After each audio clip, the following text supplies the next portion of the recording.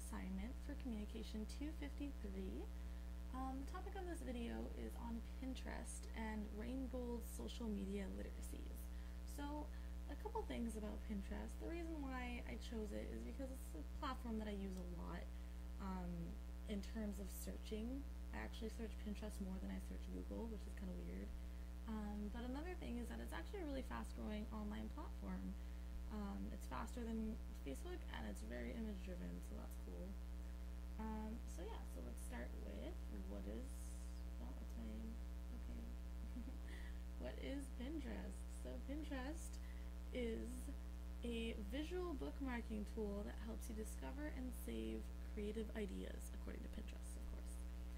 So the idea is that you can save websites that you find interesting or leave it for future reference, and that's pretty cool because you can virtually bookmark that. You don't have to save it anywhere. It's all there. You can find it on you can find it on your phone or your laptop. I like using it for cupcake recipes. So there's a little drawing of a cupcake. It's cool.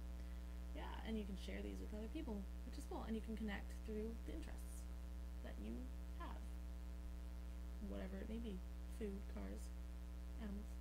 It's fun. So why do I love Pinterest?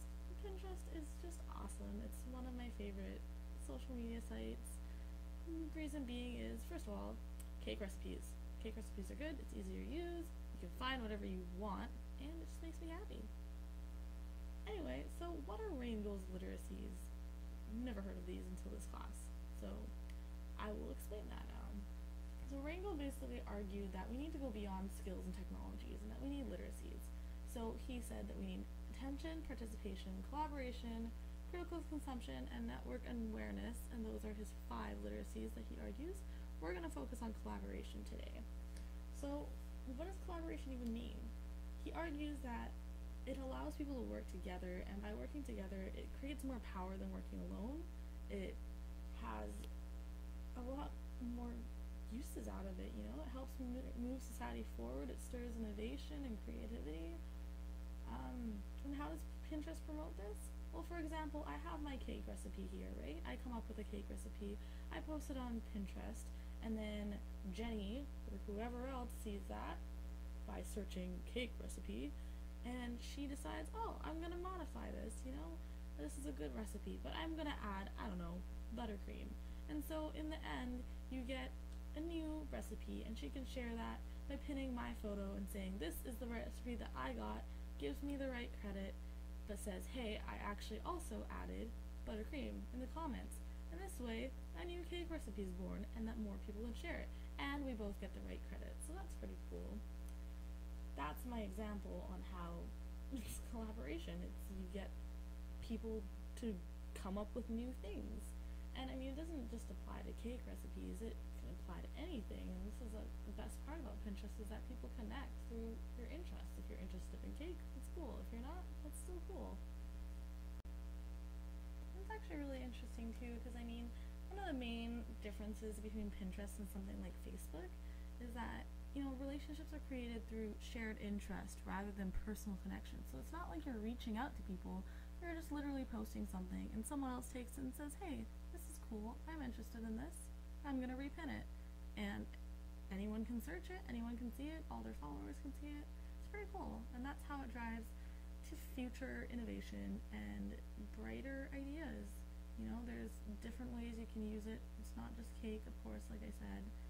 There's lots of creative ways to use Pinterest. It's awesome.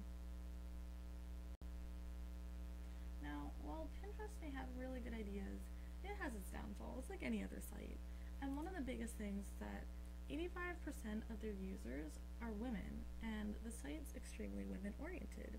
And that kind of has a gender bias that I don't necessarily agree with. They have male things, they have cars on there, you can search up cars and motorcycles and cool things like that.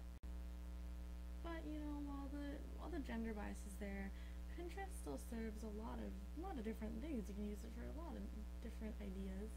So a lot of television stations have actually started to use Pinterest as part of their marketing.